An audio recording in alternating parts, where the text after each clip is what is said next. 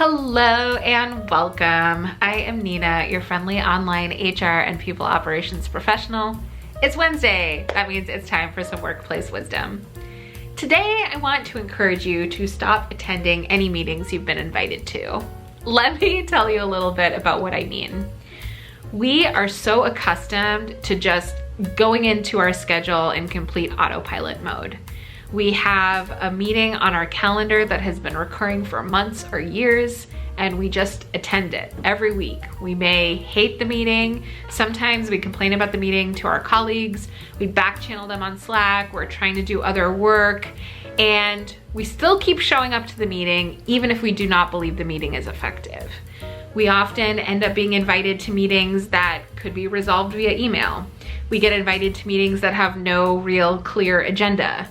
Those meetings can be incredibly expensive, they can be incredibly time consuming, and they can be really bad for your or your team's morale. If you have any sort of authority at your company, manager level, director level and above, please set an example for your team by really being thoughtful about which meetings you are attending.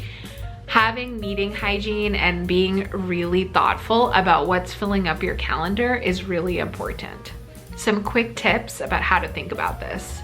Probably your most important meeting if you're a people manager is the meeting that you have with your boss and the meetings that you have with your direct reports. Those are generally meetings that you should be keeping. If you are not meeting with your direct reports every week, well then boy, do I have a future workplace wisdom video for you, because I think that is absolutely critical to do.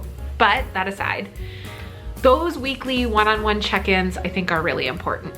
But take a look at the meetings that are showing up, let's say in the next month. Really look at your calendar, look at each meeting that is scheduled, and ask yourself a few questions. One is, what is the purpose of this meeting? What is the agenda? What are the intended outcomes of the meeting? If you are not sure, you should not be attending the meeting. Now, I'm not saying you shouldn't ask, get clarity, but if people cannot provide this clarity for you, chances are there is a way to say, look, without a clear agenda or without understanding the purpose of this meeting, I want to tell you, person who scheduled this meeting, that this doesn't feel like a great use of time for me, and I would rather spend my time focused on these things. But if you can give me an agenda or clarity on what the outcomes of this meeting are, I would be happy to consider and attend.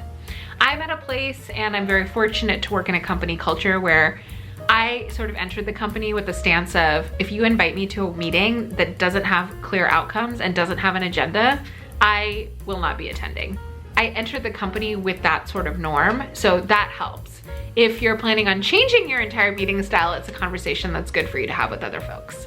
One other pro tip for meetings: are the right people in the room? We often ask this conversation a lot, and we're not thoughtful about designing the meeting before we schedule it.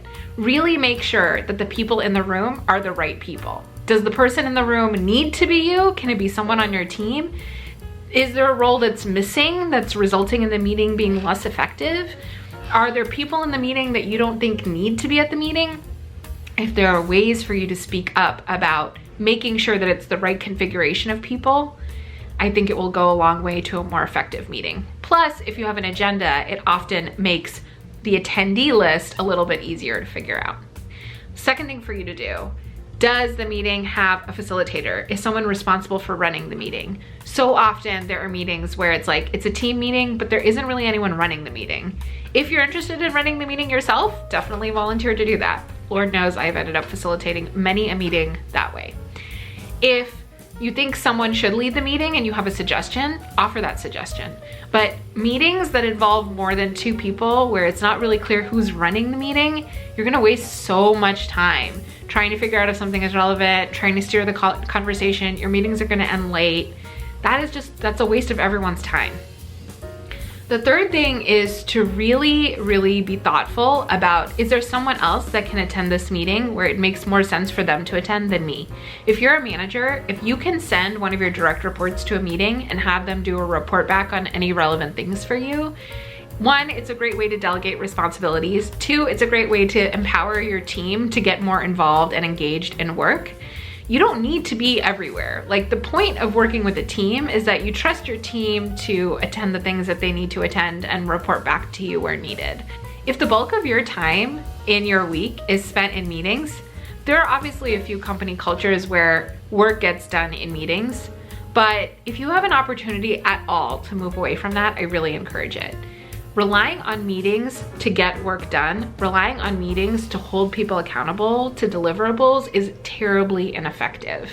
And what's more important is to establish a new norm for yourself and for your teams so that you're being really intentional with your time and hopefully inspiring others to be really intentional with their time. I promise you that in many companies, not in all, but in many companies, this idea that if I'm not at the meeting and losing my seat at the table is not important, there are actually very few meetings like that. I promise you, if you go through your calendar, you'll probably find 1 or 2 meetings that you could cancel, that you could merge with another type of meeting, or that you could just stop going to altogether.